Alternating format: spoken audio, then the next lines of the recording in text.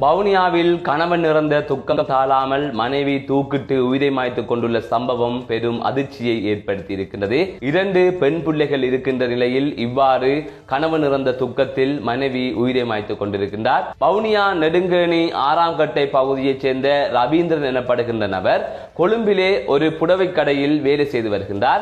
இந்நிலையில் அவர் விடுமுறைக்கு நெடுங்கேணிக்கு வந்து செல்வதாக கூறப்படுகின்றது. இவ்வாறான சூழ்நிலையில் தற்பொழுது அவர் நெடுங்கேணியில் இருந்திருக்கின்றார். அதனைத் தொடர்ந்து அவருக்கு உடல் நலக் குறைவு ஏற்பட்டிருக்கின்றது. உடனடியாக நெடுங்கேணி வைத்தியசாலைக்கு கொண்டு சென்றிருக்கிறார்கள்.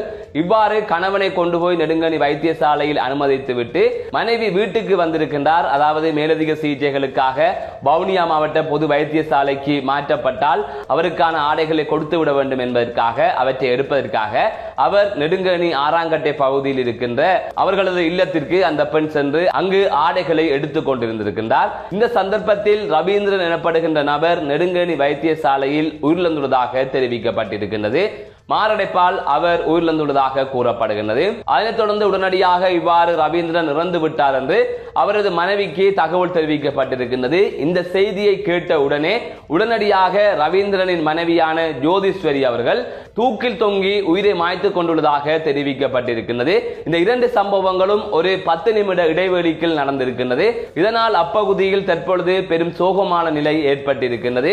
2 பெண் பிள்ளைகள் அவர்களுக்கு இருப்பதாக கூறப்படுகின்றது. 17 வயதை கடந்த ஒரு பெண் பிள்ளையும் 15 வயதுடைய ஒரு பெண் பிள்ளையும் இருப்பதாக கூறப்படுகின்றது. 2 பேரும் படித்துக் கொண்டிருக்கிறார்கள். இவ்வாறான சந்தர்ப்பத்தில் தான் கணவன் இறந்துவிட்ட செய்தியை கேட்டு உடனடியாக அடுத்த நொடியே மனைவி தூக்கில் தொங்கி உயிரை மாய்த்துக் கொண்டுள்ளதாக கூறப்படுகின்றது. இன்று 2 பிள்ளைகளும் அனாதரவாக்கப்பட்டிருக்கிறார்கள். அதாவது தாய் தந்தை இல்லாமல் அவர்கள் அனாதரவாக இருக்கின்ற சூழல் இருக்கின்றது. இறந்து விட்டார் என்கின்ற போது தனக்கு 2 பிள்ளைகள் இருக்கின்றது என்பதை யோசிக்காமல் உடனடியாக உயிரை மாய்த்துக் கொண்டு விட்டார். நாளை அந்த பிள்ளைகளின் எதிர்காலம் என்னவென்கின்ற கேள்வி இருக்கின்றது.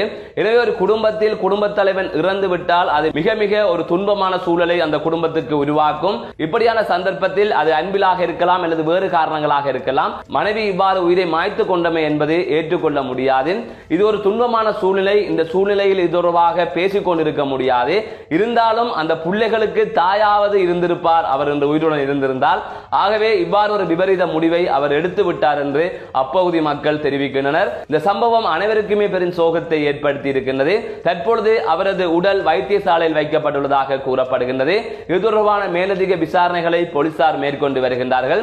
எனவே பலமுறை கூறுகின்ற விடயம் உயிரை மாய்த்துக் கொள்ள யாருமே முயற்சிக்காதீர்கள். எவ்வாறான சூழ்நிலையிலும் இப்படியான ஒரு முடிவை எடுக்காதீர்கள். இன்று அந்த பிள்ளைகளுக்கு தாய் கூட இல்லாத சூழல் இருக்கின்றது. இவ்வாறு பல கட்டங்களில் பல பிரச்சனைகள் இங்கு இடம்பெறுகின்றது. எனவே உடனடியாக உயிரை மாய்த்துக் கொள்ளுகின்ற முடிவுக்கு செல்லுகின்றீர்கள். எப்படியாயினும் உங்கள் பிள்ளைகளை வளர்த்திருக்க வேண்டிய பொறுப்பு இருக்கு. உங்களுக்கு செய்ய வேண்டிய கடமைகள் இருக்கின்றது. எனவே அவை தொடர்பாக சற்று சிந்தியுங்கள். இந்த சம்பவம் மிகவும் துன்பம் தரக்கூடிய சம்பவமாக இருந்தாலும் ஏனையவர்களுக்கு இந்த விடயம் தெரிய வேண்டும். நாளை இப்படி ஒரு முடிவை யாருமே எடுக்கக்கூடாது. மீண்டும் ஒரு காணொளி சந்திக்கின்றேன். நான் நடராசா ஜெயகாந்தன்.